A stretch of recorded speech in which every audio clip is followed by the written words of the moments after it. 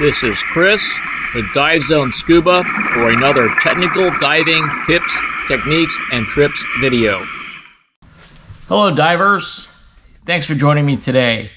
The subject of today's video is how to set up a set of regulators for a manifolded back mount twin set. So being able to put your own gear together is an important skill, and is something that you should receive instruction on in your entry-level technical diving course that uses, for example, a manifolded twin set. And the other reason why you should know how to put this together is that at some point in time you may also disassemble your doubles regulator set and use it for some other purpose, such as side mount, or you might use it for a single recreational back mount configuration. And you need to know how to put it back together again. So one of the things we always suggest people do is to take a photograph of their rig before they take it apart so that they know how to put it back together again. But despite that, I have encountered many situations where the diver's configuration seems to substantially change over time, and not in a good way. All right, so it's very important that entry-level technical divers or recreational divers that are diving back mount doubles have an appreciation for this process. So one of the things that is very important on this subject is what type of first stage you have. So in this case, I have two atomic Z2, Z3 first stages, and these are a piston design with a cylindrical port system down here on the bottom. And depending upon what type of regulator you have, there is a significant difference in how you would be routing the hoses, what ports you would be using, and I'll go through and explain some of that. Another thing is, when you get these regulators, for example, out of the box, they typically have the second stage hose coming out the bottom. And I have occasionally been on dive boats where I see people that still have the regulator coming out the bottom in some very strange, odd configuration. And the reason why they come out the bottom is because it fits in the box better. So what I suggest everybody do is that when you're getting ready to set up a pair of regulators for manifolded twin sets, that you take everything apart and you start from the beginning. Another reason for doing that is because it is very likely that you're going to be using a long hose for your system, and also the other hose that is on there may be too long, or you might want a little bit hose that's a little bit shorter so that it doesn't create such an entanglement issue, or it's more comfortable to use. All right, so the first step of doing this is to gather all your parts, and as I said, to disassemble everything.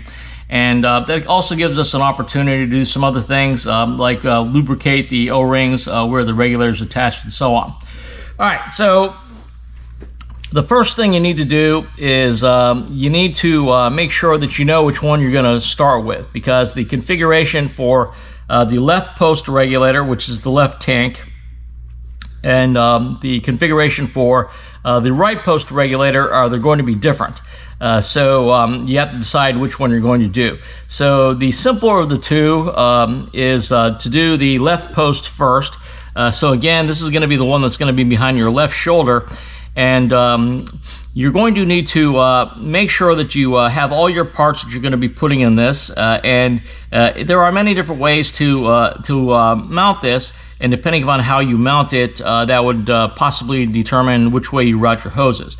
All right, so the general idea behind routing the hoses is you want to route them down and to the inside, rather than sticking them outside, because that can create unwieldy hose situations, which could again cause possible entanglement. All right, so with the left post, one of the things you're going to be doing is you're going to be using a pressure gauge on the high pressure port here, and you're also going to be doing a the necklace regulator, the shorter of the two regulators, and we'll talk about the use of the bungee as well during this video.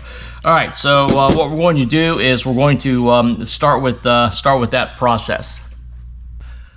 So what we're going to use for this configuration is an excess Scuba pressure gauge, a brass and glass pressure gauge, and this one is different from most type gauges that you see because the housing has a built-in fixture to handle a bolt snap. You can, of course, if you object to the metal on metal issue, there's also a little rubber insert that you can put on here that you could use as a breakaway device. But that's a personal choice if you think that that's going to be an issue. So this gauge is substantially different than this particular gauge that has no, for example, has no fixture on the housing in order to secure the gauge. All right, so we're going to use this particular gauge, and we have a high pressure hose, and we're going to use a 32-inch high pressure hose. Make sure I get the right one here. We're going to use a 32-inch high pressure hose. And you have to put in a what's called a high pressure spool in this when you're assembling them. This is one of the few cases, we're going to be talking about a couple of cases. This is going to be one of the few cases where it's okay to have a significant amount of lubricant on there because in some cases people say that having a lesser amount of lubricant is better, but this is actually one of the cases where it's okay to have extra lubricant on there. So I have some Crystal Lube, Trio Lube right here. All right, so the spool, the high pressure spool, fits in between the high pressure gauge on one side, and then you have your high pressure hose on the other side. And this particular gauge, because it's a metal gauge, you don't really need to put 2 wrenches on this. On some of the plastic ones, if you don't put 2 wrenches on it, it's going to damage it. But you can just hold the gauge in your hand, and you can put sufficient torque on here using a wrench in order to secure this. So the wrench that I have here, this is made by Channel Lock, and this is my favorite wrench. This is usually can be found with one of these no matter where I go. This is a very good wrench because it has a very wide jaw. So what that means is if you're diving with people that use yoke regulators, this can actually fit around the yoke nut. And then you can see from the side profile that the wrench is actually the flat. There's it's a thinner wrench. Okay, so what that means is it can get into a lot. It can get into a lot tighter spaces than you can otherwise go into. Okay, so I will generally use this. You can see how precise this wrench is, so you don't have to worry about it slipping like you would with an inexpensive wrench. And although you could use a fixed wrench for this, I'm going to be using this wrench that I have with me all the time. Okay, so you just have to simply put that on there, and that's not an issue. We're going to pull the cap off here. And since we're dealing with the left post regulator, you have to visualize this sitting on the tank, otherwise you're going to get the wrong side. And so you can actually have this mounted on the left post.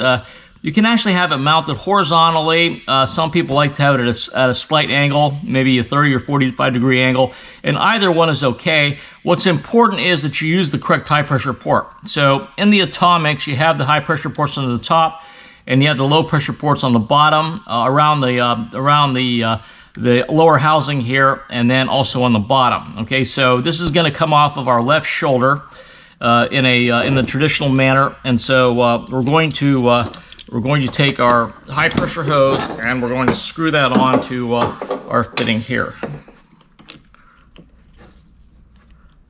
And of course, you want to take the necessary precautions not to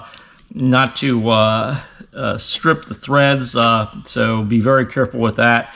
If you do that, then you've got a serious problem. With your regulator. So again, I'm going to put a little bit of force on this to tighten this down. Okay, and that'll be good for that. Okay, so I now have this on there, and so what happens is when you're using it, the high pressure hose is going to go down along your left side. and then you can clip it off to your D-ring on your waist belt. Now, at this point, you have a choice as to what port you're going to use.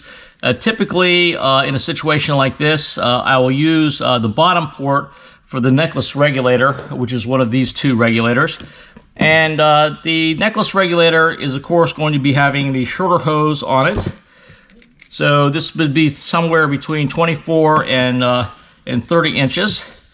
And so I'm going to now stick the necklace regulator second stage hose in the bottom port. Okay, get that in there. One of the issues with assembling all these things is the hoses have a tendency to need to flop around a lot. Okay, all right. So we're gonna tighten this hose as well. It already had a little bit of lubricant on the O-ring, so I'm not too worried about that. And here's another issue: is some people vehemently object to the use of a hose protector here, and the reason for that is because it can conceal some problems that are underneath the hose protector. So that's a preference thing again. The preference would be to take it off. This is not my regulator set that I'm assembling, so I'm going to keep this on here for now, and I'm going to tell the diver the advantages and disadvantages of having the hose protector, and then it's better to take it off. But for now, we're gonna keep it on. All right. So the other end of this is now the side that we're going to be putting the second stage on, and you probably can't see it, but you should know that there's a small O-ring here. I think it's a size of 9 or 10 that's in there. And this provides the seal for most regulators. Some are a little bit different, but this provides the seal. So the O-ring on here goes on the inside of this and provides the seal for that. Okay, so here is another case of a situation where it's not a horrible thing if you actually have lubricant on here, because what happens is that this is can be dynamic when people start twisting their regulator around to the right orientation and so on. So it's not a bad thing to have a little bit of lubricant on there that you could tell. All right, so again, we're just going to fit this on here, and we're going to attach it with the wrench. And you have to, in some cases, depending upon what regulator style you have to put a second wrench on this spacer. A lot of regulators don't have this at all. Atomics have it, but what it essentially is a spacer, and the reason for that is because atomic regulators have the ability to use the proprietary swivel or use a conventional hose like this. Okay, so again, same thing with the hose protector here. I'm going to stick that on there, and that's good. But again, I would recommend that it not be on there. Okay, so if we're doing simple diving and we're not, for example, doing dry suit diving, we are now complete. We are now complete with the left post regulator. That's all there is to it. Okay. If you were to use this set with a set of independent doubles, I'll just mention this. Is that you would also have to check to make sure the hose is long enough, because if you're doing a set of independent doubles, you would actually mount this backwards on the tank, because the left-hand tank would have to be mounted backwards onto your plate and wing. All right, so this is all set up. It's got the high-pressure hose, and it's got the necklace regulator. The thing that I wanted to mention about is on the necklace regulator, you see these gigantic silicone necklaces, which I don't think are any good. They get in the way, interfere with putting the regulator in your mouth, and they are not that secure. And so the method that I typically use is to drill a hole here and a hole here, about 1/8 of an inch in diameter, and then I string the bungee through the exhaust port. And I think that there's an earlier video where I talk about that, how I do that, and perhaps in this video I'll cut to one of those. And again, that's a preference thing, which I'm going to ask the diver whose regulator set this is going to be, if they want to modify it like that. But I have found it is far superior than any other, either the silicone bungee or the bungee or the the necklace made out of regular bungee. This method is far superior to that. And of course, you want to check to make sure all your ports are in and all the ports are tight, so you don't have any surprises. But what we would actually do is we would test this, obviously, after we assemble it to make sure it's in good shape. Okay, so I'm going to move this out of the way so nothing happens to it. And we're going to go back to this one here. Now, another comment is that if you're going to be doing any technical diving or even back mount doubles diving, that you would want to have a DIN connector on there versus a yoke connector. You could use a yoke connector, but the standard is to use a DIN connector because it has a much more robust O-ring, and this is a much more secure way of fitting it. You'll see that I have taken off the dust cap. That's one of the things that a lot of people don't like having on there because it requires it can create an entanglement thing, get stuck on things. I've actually seen that happen. The little knob, the cover goes on here, actually got stuck on something. I think it was a DSM-B line. So these are off, but they're very easy. If you want to put them on, they're very easy to put back on. The problem with the ones that come with the atomics are they press fit on there. So you might want to just get rid of those anyway and get one of the ones that actually screws on. Okay, so those are much more secure, and you can have those. There separately. All right, so this is going to be the right post regulator. So it's going to screw into the tank like that, and you have the same issues that you're dealing with as to the orientation. So again, you want to have the hoses going in like the inflator hose. You want to have the inflator hose going in, and you want to have everything going down. Okay, now on this regulator here, we don't typically have an analog pressure gauge, but what I do typically is I replace this port with a transmitter, because the transmitter gives you such advantages in terms of gas consumption and so on. Okay, what we're going to do next is talk about the right post regulator, and while I've got it here, one of the things that you want to make sure that you do if you're purchasing a regulator set is to make sure you get the DIN fitting. So the DIN fitting is definitely preferred for technical diving, and it's actually good for recreational doubles diving. And one of the big things is that the O-ring here is a very thick O-ring versus the kind of O-ring that you would see in a yoke that you would actually have on a yoke tank. So if you don't have a regulator with a DIN fitting here for the valve, you can actually replace them, and we do that all the time, going back and forth. All right, so the other thing is that you'll notice that this thing does not have a cap. The cap that comes with the atomics is kind of a push-on cap, which is not really great, so we generally take those off. And what you can do is you can use a cap that actually screws down in there. That's actually the preferred type of cap that seals it much better. All right, so let's talk about the right post, the right post first stage. Again, you have some options in terms of mounting it. You can mount it at exactly 90 degrees like this, or as typically most people do, is they'll mount them at a 45 degree angle like that. And so this regulator, the right post regulator, has two things on there. The first thing it has on there is the long hose, which is the 7-foot or 84-inch hose. And I've got one of those. I've got one of those here. Let me try to separate this out. That's a. This is our inflator hose. We'll get to in a minute. And so I have my long hose here. And again, it's best to actually put this on without actually having the regulator on, because when you do this, you're going to be twisting and turning it, and it's much easier to do this without that.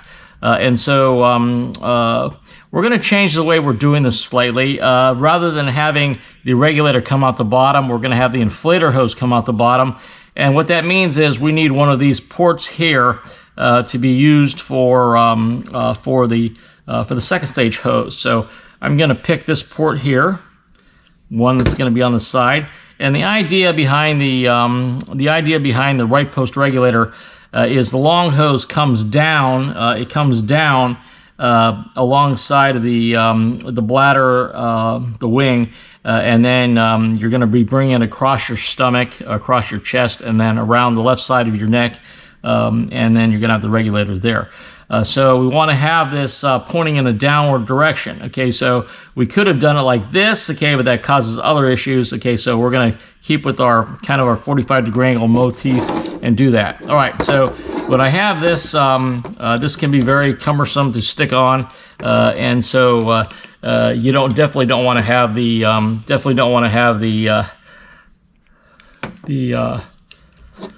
second stage on there when you do this. Okay, so I'm trying to engage the threads here. Okay, I've got them engaged, and so it's much easier to twist the first stage around the hose than it is to have the hose on there. So again, I'm going to take my channel lock, and I'm going to torque that down, and then that's all set. So then I'm going to complete this before I go on to the inflator hose.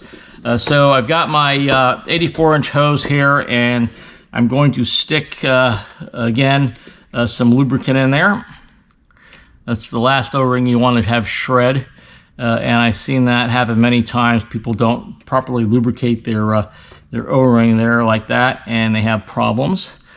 Okay, and you'll notice how this hose does not have a hose protector because it's a separate item that you have to get.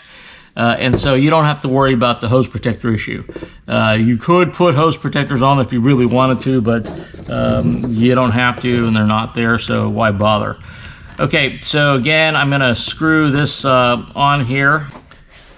Okay, so now we have our second stage on our first stage, and the last thing that we'd want to do with this is to put a bolt snap on the long hose so that we can secure this to our right chest D-ring, one of our right chest D-rings.